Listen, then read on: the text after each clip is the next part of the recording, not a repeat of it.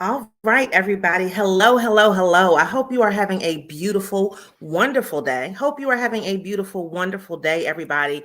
I just want to welcome you out. Today, we are doing Give It to the People live, and we are back with a special edition because I have somebody that is a creator, somebody that I know you guys want to hear from. And I also want to say, if you were looking last week, I think I was just too anxious for this interview. So I kept putting it out last week. And telling everybody to watch last week, right? So the thing is that I realized I'm running up the street, making sure I get to this broadcast. And yeah, the broadcast was today. So I think that sometimes it's a good thing to be a little bit overzealous and to be excited about having an interview because once you actually get to it, then it makes it even better. So I have a wonderful guest that is joining me today. I'm going to pop him on the screen right now, Mr. Ken Branson. Hey. Okay. How are you today, Ken? I'm well, friend. I hope you are. I am well. I am. And I'm glad to have you on. And you know what? It's a lot of stuff that I don't know. So I think that this will give us a nice, quick little 30 minutes to be able to jump in and just find out a lot of information about you in general. And so I said, let me just let Ken introduce himself and then I can jump into all of our questions and we can talk about all the great things that you do. All right, good deal. Of course, Ken Branson here from Basement to Balcony.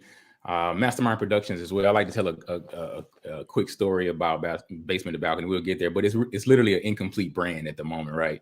So a lot of people are like, what in the world is this all this going on? But MasterMIND Productions is my baby. 15 years ago, I started that business out of the basement of my church, doing video editing, video broadcasting, and it led to some sports action photography. Listen, I was just doing everything I can to pay my restitution and my child support so I can stay out of prison. You feel what I'm saying? Yeah. Yes. So that's where it all started at back then. Video production turned into video storytelling. And I mean, I just give the people what they want. Come on, we give it to the people over here. So for Absolutely. anybody if this is your first time, give it to the people. What we do here is we highlight BIPOC businesses. So that's Black, Indigenous, what's going on today? Black, Indigenous, and people of color. And I like to always make sure that we let people know about people that I find that are interesting, because I always think that it's more interesting to find out about the journey of how a person got to where they were at. A lot of times people want to go and they want to just get all the celebrities, and there's nothing wrong with that. Celebrities are great too because they have a story. But what about our people that are in our community that are doing some great things that you need to know about? Because more than likely, then that means you'll do business with them and we can keep our dollars in the community right here. So when you, let's go back, right? Because you said, okay, I had to pay child support, I had to pay restitution. Give them just a little bit about what that whole thing happened right there. And then let's fast forward. Yeah, too easy. So back in maybe 2004, I had just got out of the Marine Corps. I was an electronics technician, so I was responsible for working on circuits and stuff like that for communication systems.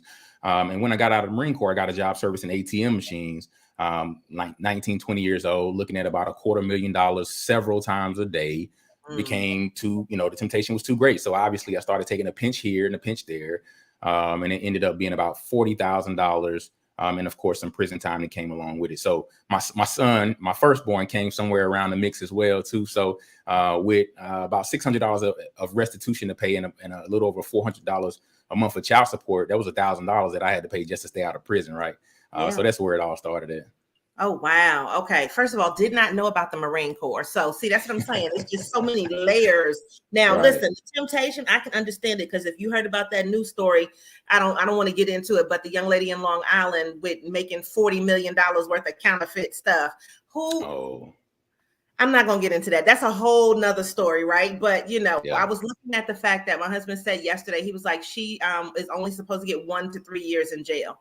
40 million. I mean, so it's like, it's one of those things where I think that sometimes things are disproportionate when it comes to just, what happens with people. But I think that in that, and you learn in the lesson, is that you are a success story, because you could have done a whole lot of different things after that. But then you chose to say, okay, well, let me take these talents that I have, this skill that I've already learned, and then turn that into something that could also be lucrative for me. So once we get past, okay, look, we know what we have to do to survive. What did you do to get into a position to actually thrive in your business? Oh, man, that's a good question. So I surrounded myself by individuals who was already in the direction that I wanted to be at. or be in. I like to tell a story all the time about one of my good colleagues and friends, Dare Kumolu Johnson. I was helping him one day unpack some bags and set up an exhibition at the Armory one day in Durham. And while I was unpacking bags and carrying bags, I like to put some emphasis on that because people don't believe in that type of stuff no more, right? But while I was unloading his stuff and carrying his bags and helping him, I seen him a business card he had, and he called himself a visual storyteller. So I literally, at that moment, I took that title. I still have yet to tell Dare this story, but I took that title and I applied it to my business and to my life. And I'm like, this dude is an amazing visual storyteller. And I feel like I'm a storyteller too. So I'm about to start telling myself I'm a storyteller. And I'm about to start telling others that I'm a storyteller. And next thing you know, it literally, grew some feet and ran. And that was the moment that I really started to see my business thrive. In addition to calling myself a storyteller, I started to tell my own story. Kelly Richmond Pope, Dr. Kelly Richmond Pope, she is a forensic accountant at DePaul University, I think. And I did some work for her at North Carolina A&T State University one time, and she was talking about Rita Crumwell, who embezzled like 50 some $50 million as a city comptroller. All the Queen's Horses is the documentary on Netflix. You can check it out. But I was filming Dr. Pope talking about this stuff. And afterwards, I told her my background, and she was like, "You gotta be kidding! You can't.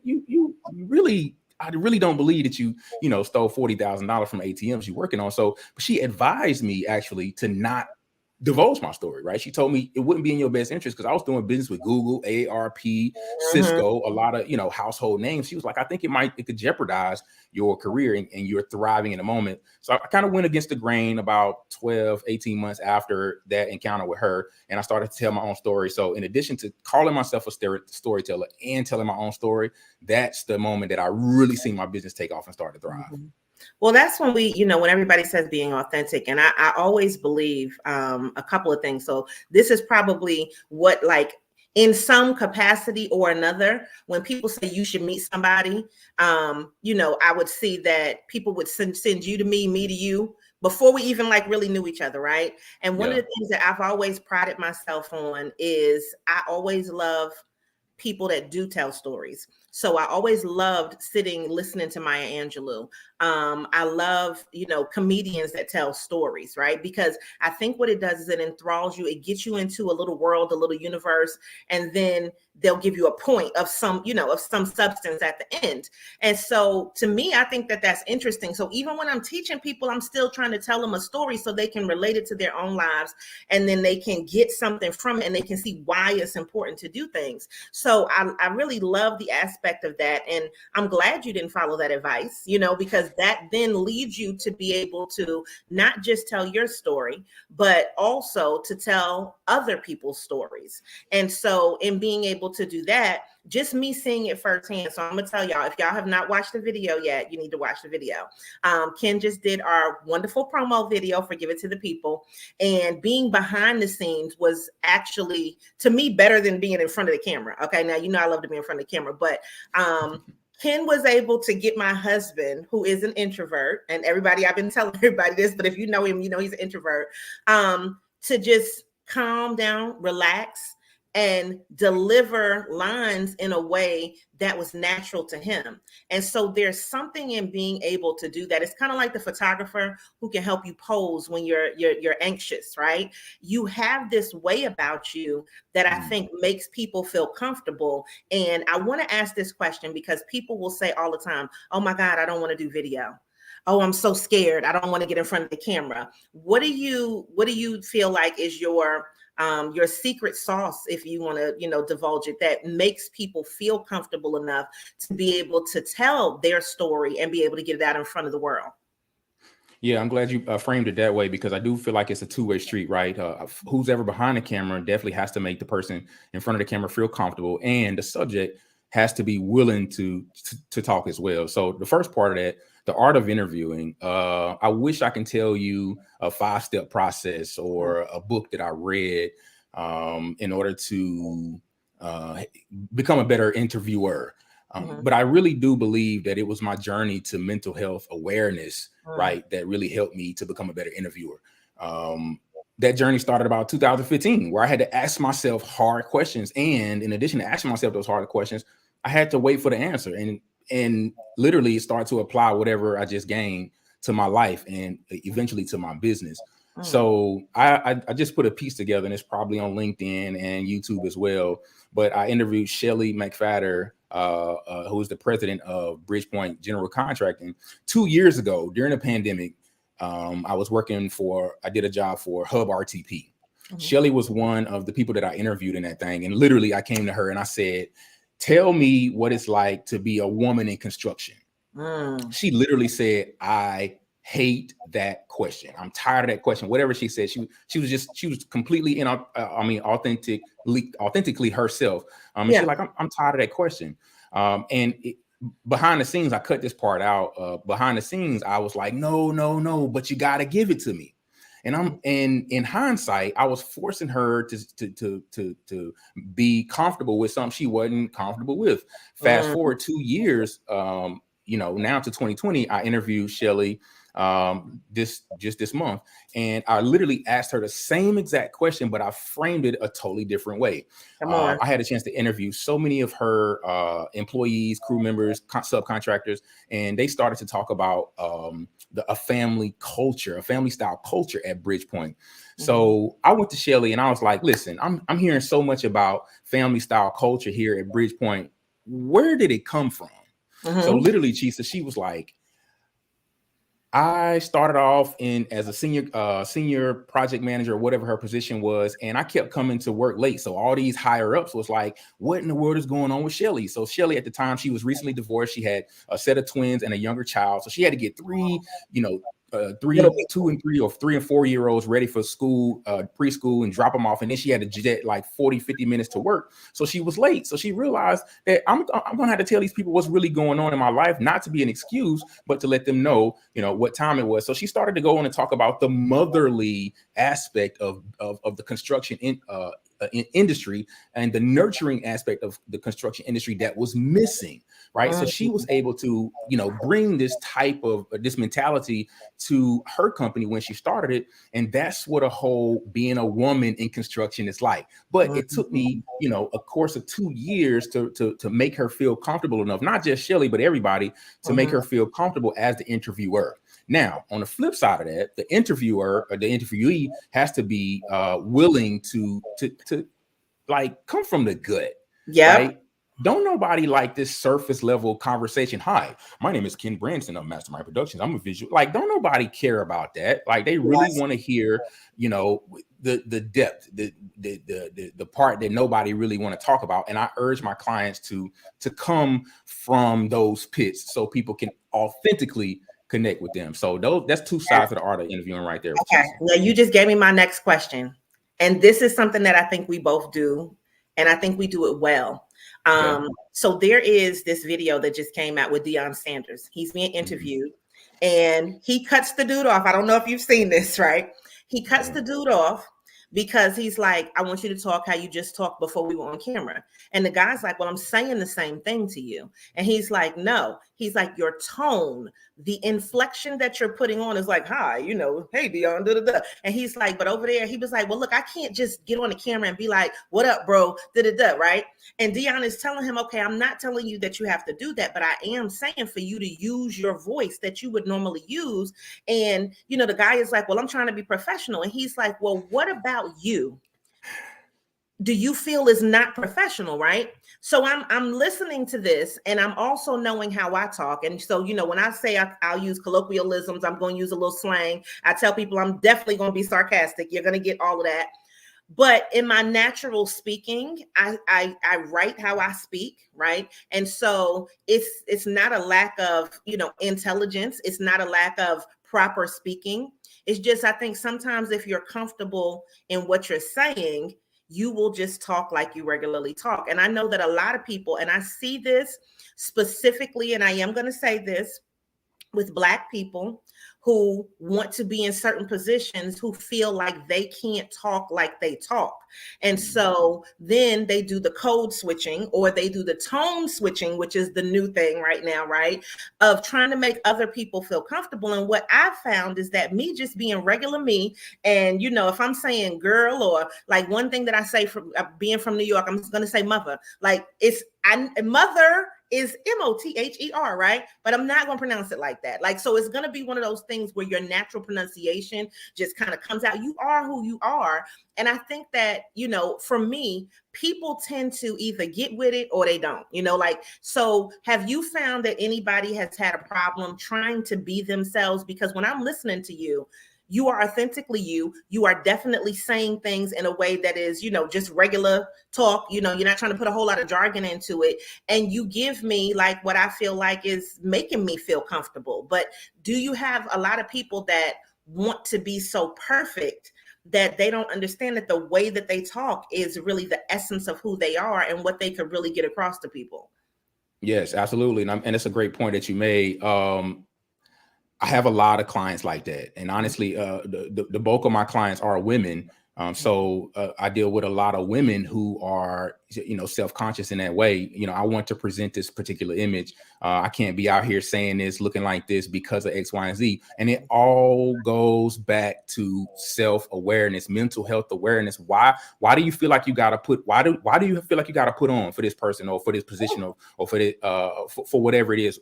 That's the issue that we really need to deal with at the moment. Maybe not in front of the camera, but in order for you to come off authentic, to attract the audience that you're looking for, you got to be real with yourself. And that leads me to another thing.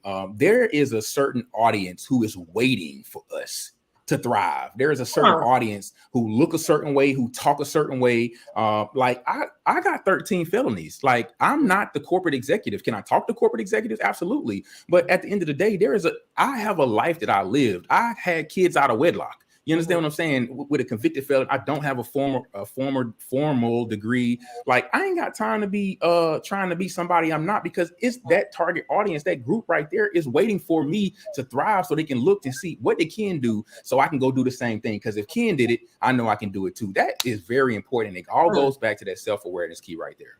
It does. And I think, so many people want to be so perfect that I think it keeps them from being as progressive and as proactive as they could be. So yes. One thing I can say, we're doing the video and Ken's like, okay, let's look at the video. Okay, you want me to change anything? And I'm like, no, I mean, I love what you put together, right? And so I think that a lot of times too, people have to know, when we're talking about this whole art of storytelling, what is the story that you want to be told? And to me, when I'm looking at it, what visually do you want people to see? So I'm just giving this to people so that this way they can understand what we've been able to accomplish together. I knew what I wanted in our studio. I knew how I wanted it to look, and I knew how I wanted it to feel. I got the photographer to take the pictures. So this way, by the time Ken came over, Ken was like, okay, well, we're going to shoot some stuff. And then I showed him the pictures and he was like, well, let's use the pictures, right? So it was one of those things where I think part of storytelling, especially if you're going to be a visual storyteller, is you have to visualize what you want and put that together, and then allow somebody who is a mastermind, like my little pun right there, right? I'm so corny. But who is a mastermind to pull that vision together for you so that this way it can be something that now everybody can enjoy. So what are some things or some tips that you could tell people to be able to pull that vision together so when they do their videos, they look like the person that is in front of you, and you feel them and you understand what they're going through and why people want to invest in that person that is telling the story? Yeah, good question. So the first thing I would do is I tell everybody it's really hard to connect with creative professionals if you don't know how how our brain work or how the business operate or whatever. So check the portfolio is the first thing you should do. Like, look at the work and see, do you like the color, the look, the feel, the style, and all that other good jazz. Does it resonate with you? Do you think it'll resonate with your audience? And once you are able to, once you like the portfolio, then the second thing I advise you to do is find out, like you said, I couldn't have said it better, is what is the end result? what is the story that you want to tell? And then you have to leave it in the hands of the, oh, hold on, I forgot a very critical piece, is the must-haves, right? After you select whoever you want to rock, I'm sorry, after you have the end product in mind, then you have to talk about some must-haves. Very famous thing that a very common thing that I like to say, especially to wedding clients, is when you press play on this video, what do you want to see? And it, oh my God, it gives them an opportunity to just dream out loud. I want to see my shoes here, and I want to see my dress, and I want to see walking down like they. And so you got to be taking notes as the interviewer. You're taking notes because she's telling you exactly what she wants to see. And the same for any other video outside of wedding work as well. You got to write down those must-haves because they're looking for it at the end of, when the video is all said and done. So I think I just dropped about 3 nuggets right there. As to somebody who don't know how to work with a creative professional, those are 3 things that you can do to kind of bridge that gap. Okay, so I'm just going to recap it. Check the portfolio. And I think that that's extremely important because even when people are doing stuff like working with somebody on Fiverr, I tell them you need to be able to look and see the previous work that they've done so that this way it makes sense for you. And even if you're looking at, and every creative, I'm going to throw this out there, every creative, for some reason, I notice, is not necessarily as creative on their own platform, I've noticed. Now, that's not you, because you will put out videos galore, and you make me feel like, she said, if you don't get out here and do some more videos, because Skin is killing the videos, right? But it's like I get encouraged when I keep seeing stuff out there. And I think you personally, just looking at the way that you do things, you have, to me, taken simple things and just made them pieces of content. And it's just like you did one video and you can see that the camera is like kind of close to the ground and you're walking in, bringing in equipment, and that's a piece of content. And it's like people are looking at the end, like you said, but there's all of the stuff that has to happen before you get to that ending point in order to make things, be what they need to be. So it's kind of encouraged me to say, well, let me use some more of this behind the scenes stuff in the content that I'm creating, because maybe people do want to see that. And I think that it can be important for people to just kind of realize that background stuff, I'm great at the background stuff, but sometimes I just didn't put it out, and I will hold on to some content forever. And then it's a year later and I put it out. But the thing that I say is, in just looking at the way that you do stuff is you're like, okay, I'm going to put this out. I'm going to have something that's constantly going out. And then I think what it does is it keeps people, paying attention, right? So check the portfolio. 2 was, what is the end result that you want to have? And 3 are, what are the must-haves, right? And so one thing, if I could add something to it, would be, what don't you want to see? Because that's one of the things is sometimes you don't like something that somebody else did. And so you don't want to emulate that, or you don't want that to come across. And I think, knowing what you don't want is also just as important as those must-haves. 100%. So, I totally agree.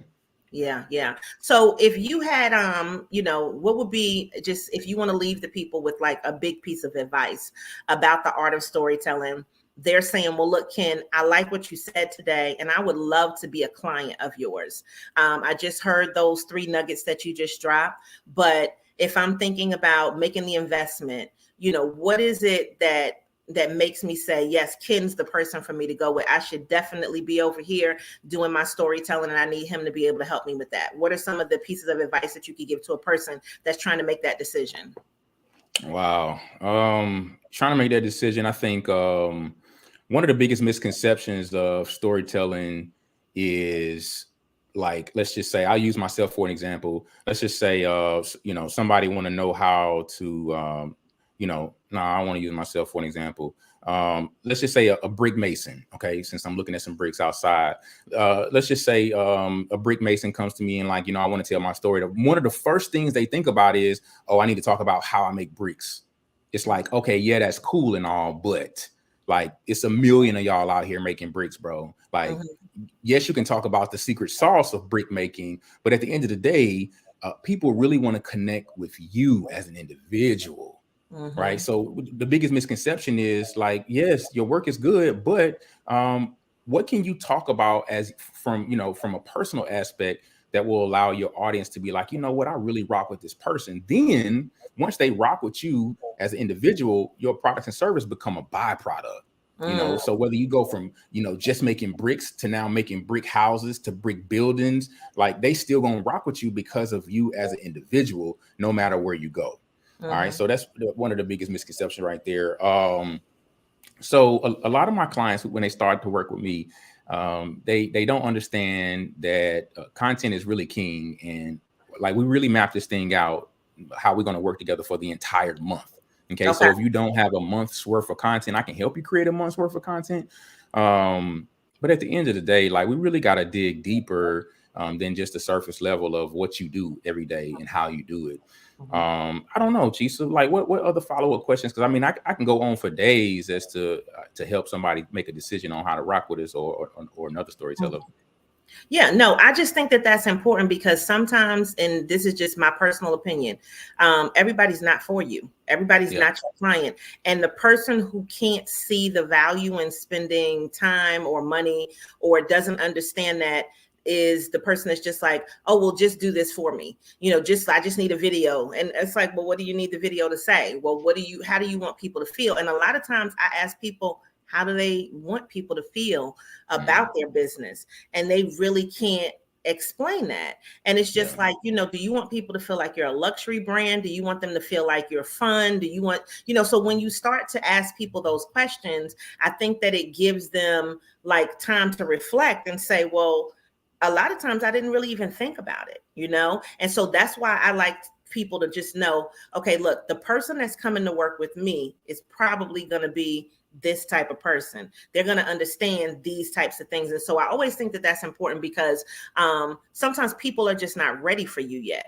And they need to build themselves up. And I don't think it's necessarily a confidence thing. It could be that they just really don't know and they need to figure that out for themselves. Or maybe they need to just be in business longer. Maybe they haven't had that many, struggles to where they feel like they really need help. Because a lot of people are like, okay, well, I can do it myself. And I agree with that. Totally, completely. It's a lot of things you can do by yourself. But I think personally, just from working with you, you are a guide, So I think you guide them to get their minds right in order for them to be able to feel that they have something that they do want to share with people, and that brick mason, like you said, is just thinking about making bricks, but that's not really the important thing. You know what I'm saying? Like, so many different ways to tell stories to pull that out. And so I love, being able to let you tell people why they should, come in and work with you. All right. So, well, what else do you want people to know? We got a couple minutes left. So if there's anything that you want to leave people with,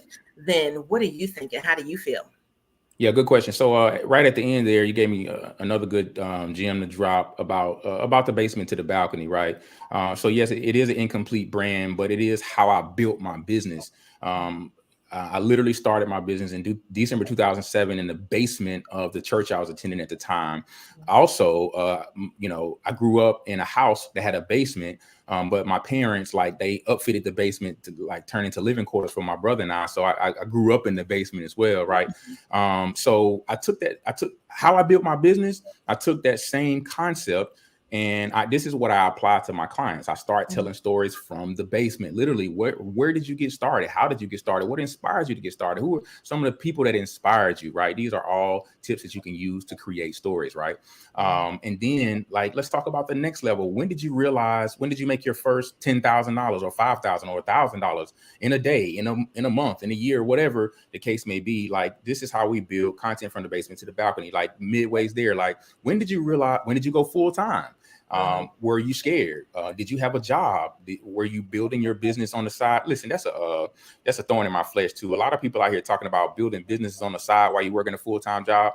Please comment below one of these videos and tell me if you are that person who built the business from the ground up and is now successful while you had a full-time job. I'm waiting to see how many people actually do that. But anyway, that'd be me. That's exactly what I did.